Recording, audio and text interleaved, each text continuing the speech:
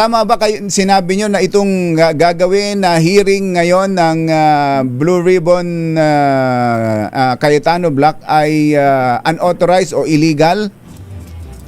Well, hindi po ako nagdideklara na illegal. Ang sabi ko po, kung mapapatunayan na illegal yung hearing dahil ito ay hindi sanction ng Senado at kung naitatag na yung legitimate na Blue Ribbon Committee, ano man po ang gagawin itong hearing will possibly magkaroon ng mga kaso kung may magkakaso. Una na po, pwede magkaroon ng usurpation of authority.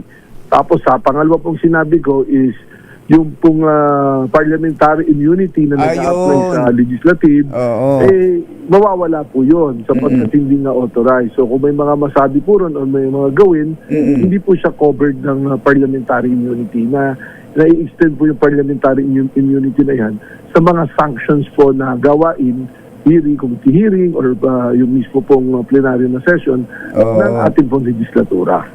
Ayun, yun pala, mabutit nilinaw ninyo. Pero misquote po nami-misquote. Nagagalit yung mga tao. Ang sinasabi, kakasuhan ko raw. Oo nga.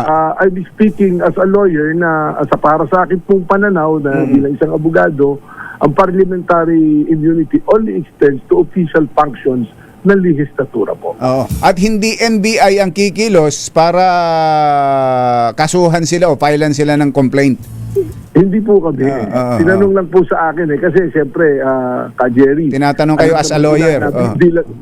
Bilang director at lawyer, pwede naman po natin siyempre ibahagi yung ating pong kaunting kaalaman.